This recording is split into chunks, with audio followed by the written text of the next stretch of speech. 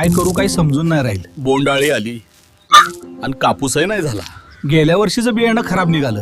आता कोणतं बियाणं घ्यावं? निराश होऊ नका, तुमच्या समस्येचं समाधान आहे. कोण बोलतंय? अरे बापरे.